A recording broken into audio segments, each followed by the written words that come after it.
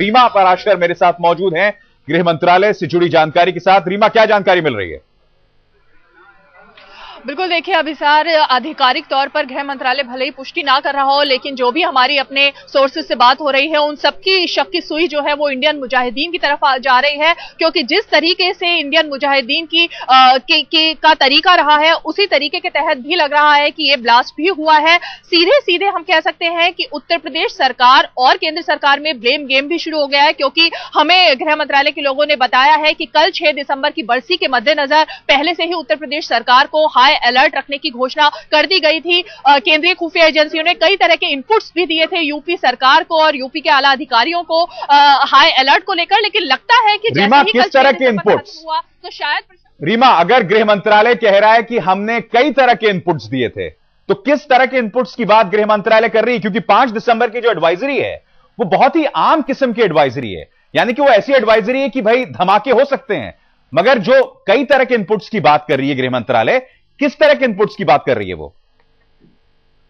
देखिए अभिसार, सीधे सीधे इनपुट्स इसी तरह के थे कि क्योंकि फ्रांस के राष्ट्रपति निकोलस सरकोजी भी भारत में है और उनके साथ बहुत बड़ा उनका डेलीगेशन भी आया हुआ है। उसके अलावा कई और टूरिस्ट हैं जो जिनकी निगाह इस वक्त भारत की तरफ है, तो 6 दिसंबर की बरसी होने का फायदा आतंकवादी संगठन उठा सकते हैं और इसी के मद्देनजर इनपुट्स दिए गए थे गृह मंत्रालय की तरफ से हाई अलर्ट करने के लिए। उत्तर प्रदेश की सरकार के साथ भी अब बातचीत की जा रही है कि उन इनपुट्स को किस तरह से इस्तेमाल किया गया या नहीं किया गया। और कल जबकि ऐसा लग रहा है 6 दिसंबर का दिन खत्म हुआ, तो आज लगता है कि पुलिस प्रशासन ने चैन की सांस ले ली थी और आज ही शाम को यह घटना घट गई। तो ये जो सभी जानकारियां हैं, खुफिया विभाग लगातार अब उत्तर प्रदेश के पुलिस अधिकारियों से बातचीत में है, गृह सचिव से बातचीत की जा रही है और जानने की कोशिश की जा रही है कि आखिर उन इनपुट्स का क्या फायदा उठाया गया और उन इनपुट्स को के मद्देनजर किस तरीके की चौकस व्यवस्था की गई थी। तो ये सभी जो जानकारियां हैं ये लगातार अब गृह मंत्रालय और खुफिया एजेंसियां उत्तर प्रदेश सरकार और प्रशासन से लगातार ले रही हैं अभिसार।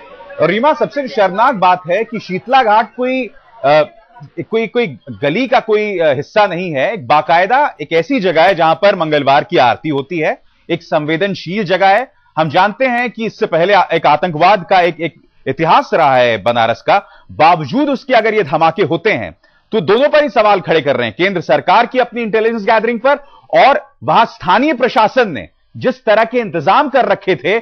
उस इंतजाम के जरिए वो तमाम आतंकवादी 3 बॉम्ब्स लेकर पहुंच गए। बिल्कुल अभिसार, देखिए और सबसे अहम बात यह है कि जब हेडली पकड़ा गया और हेडली से इंटरोगेशन हुई, वो रिपोर्ट गृह मंत्रालय के पास आती है और गृह मंत्रालय ने खुद ये बात बताई है कि इंटरोगेशन रिपोर्ट में हेडली ने इस बात का खुलासा किया है कि उसने जैसे जैसे भारत के और शहरों में वो गया था, इसी तरह से बनारस के घाटों पर भी उसने दौरा किया, वहां पर भी उसने रेकी की थी और लोगों से बातचीत कर पता लगाने की कोशिश की थी। तो हेडली के तार भी इस पूरे मामले से जुड़े हो सकते हैं, इस ब्लास्ट से जुड़े हो सकते हैं, इसकी जानकारी लेने की तो कोशिश की जा रही है। लेकिन अपने आप में अभिसारी चौंकाने वाली बात है कि यह खुलासा होने के बाद भी हेडली का इस तरीके की सुरक्षा व्यवस्था में चूक और फिर से एक इस तरह का ब्लास्ट वहां पर होना, यह सीधे सीधे ना सिर्फ उत्तर प्रदेश सरकार बल्कि केंद्र सरकार की व्यवस्था पर भी सवालिया निशान तो खड़ा कर ही रहा है अभिसार।